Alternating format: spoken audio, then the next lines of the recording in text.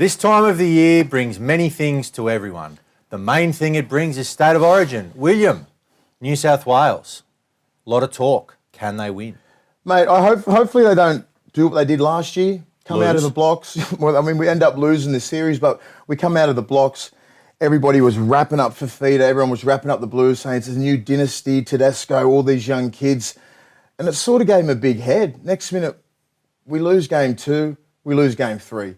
Lost the series. You know, obviously Freddie this year, he's picked a whole new fresh side. He's looking for the future, just like Queensland did in 2006. He's picked Angus Crichton, he's picked Tom Trbojevic, he's picked Vaughan, he's picked these young kids that are hungry and fit and they're ready to go. James Roberts, Latrell Mitchell.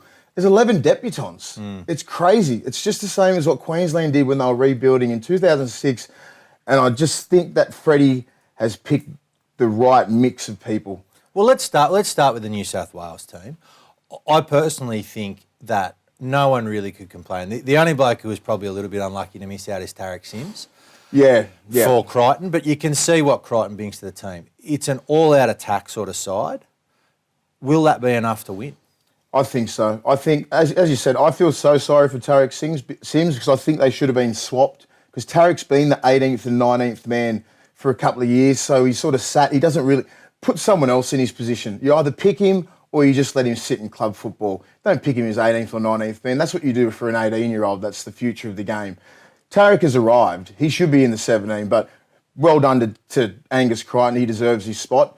Hope he rips in as hard as he can. But I think, obviously, our game plan is to attack. We want to attack. Give the ball to Latrell. Give the ball to Jimmy the Jet. We want to score tries, and we want to go through them. So we've got a big enough forward pack, an aggressive enough forward pack to do that, and we've got the outside backs to really, if we execute properly, we'll nail it. But it's all about execution, and it's always such a different thing when you talk about it than doing it. Because you can have the best week in training, you can do all this kind of stuff, you can go Cameron Smith's missing, Cooper Cronk's missing, JT's missing, we should win. Doesn't mean shit. These guys have been sitting in the wings for 10 years trying to get rid of, waiting for Cameron Smith and JT and all them blokes to retire. So next minute, Munster, Ben Hunt, all these blokes, they've got an opportunity to hold down a Queensland spot for 10 years. So don't underestimate that. Looking at, New South Wales, I think there's been something like 280 New South Wales Origin players. 200 of those have been halfbacks in the last 5 years. Nathan Cleary now got a chance to, I guess, show what he's capable of doing. There's a lot of talk about him. If they win, he becomes the halfback for the next 10 years. If they lose, are they going to chop him? See, this is what I don't like about New South Wales selectors, because what if we win game 1 or if we lose game 1, do we stick with him for 3 games? I hope so. We should.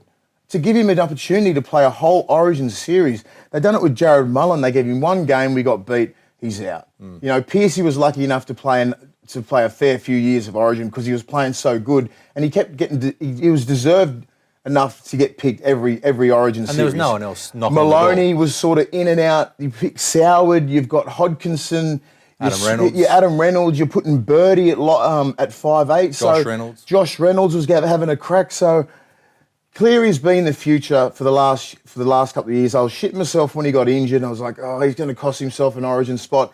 All I need to see myself visually was for him to play 2 or 3 good games, lead the team around, kick the ball good, make your tackles, and you'll get picked. And especially with the combination with Maloney there, and you still got Peach on the bench. I think they've picked the right side. And I look at that back line. It's probably the most exciting back line. They've picked pure speed. Yep. And I guess the key for New South Wales is if they can roll through the middle with the forwards and give that back line space, then... I think we just can't underestimate what Queensland's got. You have a look at their back line. Ben Hunt, Australian player. Munster, probably one of the best young players in the comp. GI, Will Chambers, 2 current incumbents for the Australian side. Dane Gagai, incumbent. Valentine Holmes, incumbent. Darius Boyd, not even there. Billy Slater, one of the greatest players ever to play the game, is playing his last series. So you think Queensland's not going to be going, we're still for Bill? It could be GI's, one of GI's last Origin series. He's captain. He's only the 13th captain for Queensland. It's a massive deal for him.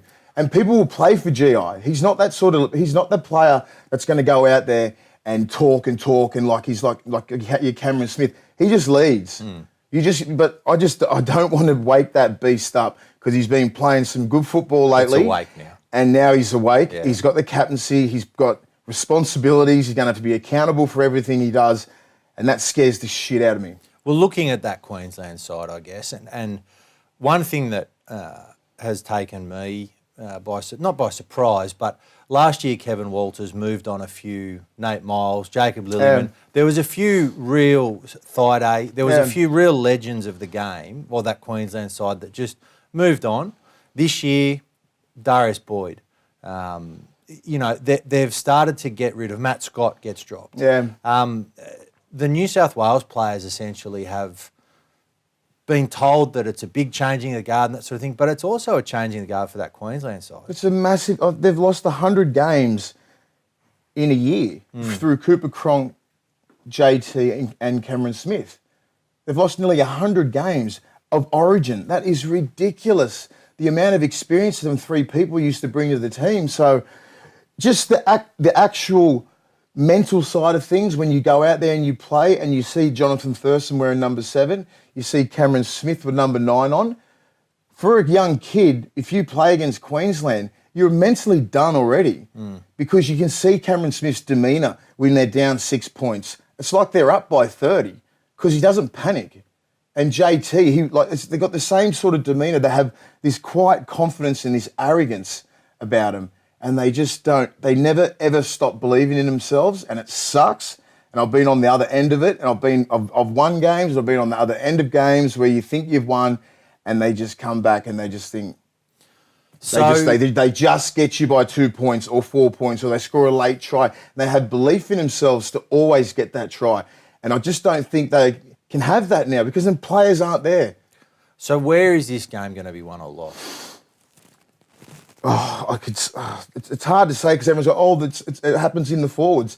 Forwards just need to control it, and it's going to be up to our backs. They're going to have to score the tries. Our forwards aren't really going to score the tries. I want Big Clem and Big Campbell Gillard. They're going to be going hard. Frizzell's going to be going hard. Boyd Corden's going to be running hard. Jake Trbojevic. You got these guys. They're just going to be running hard. But Queensland's they're going to handle it.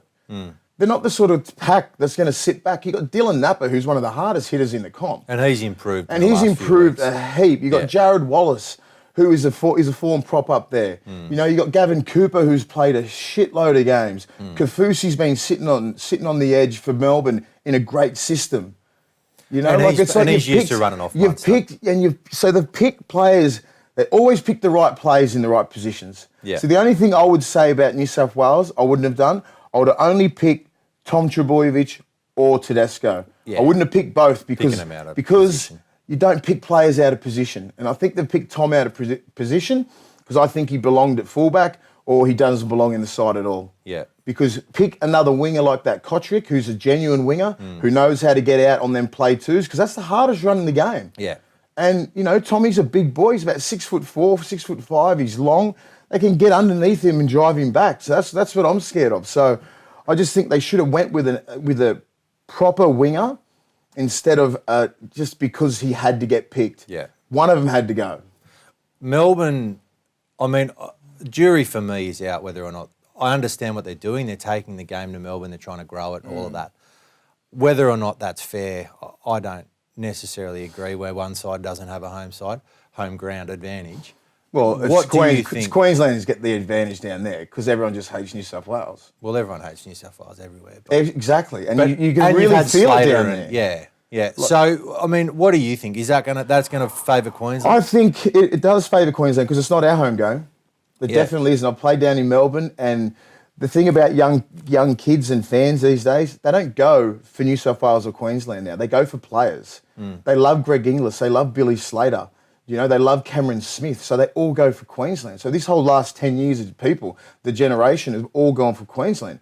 So they're all going to go down there. It'll probably be about at least 70-30%, I reckon. Yeah.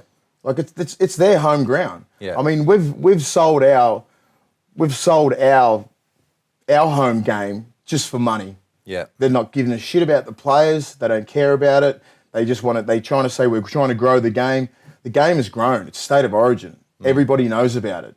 But, you don't see Queensland giving away their home games. No, of course not. And I think it's a good point that you raise. Like, players now transcend the game almost. And I know my young bloke, not only has he ruined my life by supporting South because of GI, he's actually told me that he wants Queensland to win because... Oh, wow. Greg's Finn, what are you doing, Finn? I've given him 4 years. I said, however long GI plays, you can go for them, but then don't be the kid at school that supports New South Wales, Queensland when you're in New South Wales. But I think you're right, and I think if you look at the Queensland side, they probably have more players that people in Melbourne would recognise as well. So it probably is a home especially game in the for them. last 10 years.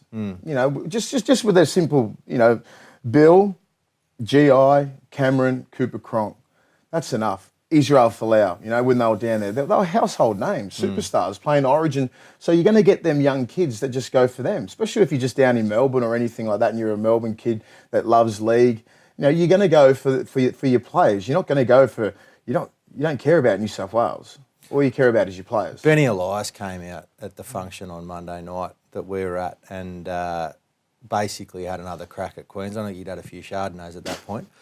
Is there anything you would like to say to your Queensland fans, William, in order to get Queensland? No, I just don't. Collar? I mean, when I was playing, I could say whatever I wanted to because you could get out there and back it up. But I'm not one of them old Origin players that just cause shit. You are old. I am old, but I'm not that old. Yeah. But I'm not one of them players that's going to come out and go, oh, Queensland soft. That's just bulletin board material. They put it on the board there and say, look what Willie Mason said. Yeah. Look what Benny Elias has said. But I don't think these old players know. It's just just let Queensland's a good side. You can if they're going through a rebuilding stage, God damn it, what's their side going to be like when it's built? Yeah. They're going to be dangerous. We've got to be careful. We can't go in there thinking just because of the Cameron Smiths are missing that we're going to easily just roll through these blokes and we've got a bigger forward pack. We'll get pleasantly surprised and get whacked. So, game prediction? We don't win this game, we lose a series. So, do we win this game? Yes. Yes. And we win the series? I reckon we win 1 and 2. 1 and 2 and lose the third? Yep. All right, you've heard it here first. Let's hope you're right, William, because it's been a pretty lean period. And has it? I haven't noticed. For mine, I think Queensland win the series. I think they're too good. But what I do hope is that New South Wales stick with this young side. Yeah. Even if they lose this series, I just don't want give them a chance. Not even the series, just the game. I just don't want to see 5 or 6 changes if we lose this first game. Yeah. Because it's going to be a close game. It's not going to be a blowout. No. I say that now, but hopefully I'm right. But it's not going to be a blowout. It's going to be a tough game, and hopefully we do win comfortably. But even if we do lose, I don't want to see young kids getting dropped like Cleary. Get him out. He's not ready. Maloney, get him out. Let's just get another hooker in. Let's get in a couple of back rowers, and it's. I just don't want to see that from New South Wales. I want to see that what we built from last year. We lost that series last year. We had a better side. But it come down to the Cameron Smiths, JT's effort in that second game, playing with a busted shoulder, kicking that goal from the sideline. No one else does that. Yeah. So it just comes down, all these little momentum swings that Queensland's always done to us has been coming down to some special players like GI, JT, Cameron Smith, Billy Slater. I think it is terrific, though, that Greg Inglis has been named as the Queensland captain. And congratulations, GI. I know how much it means to you and you deserve it very much. I just hope you lose. Yeah, same, GI. He's a really good friend of mine. And well done, brother. 3rd Indigenous captain of Queensland. So it is something that's special and, you're going to hold that down forever. So hopefully you do play good, but you lose the series. Sorry, bro.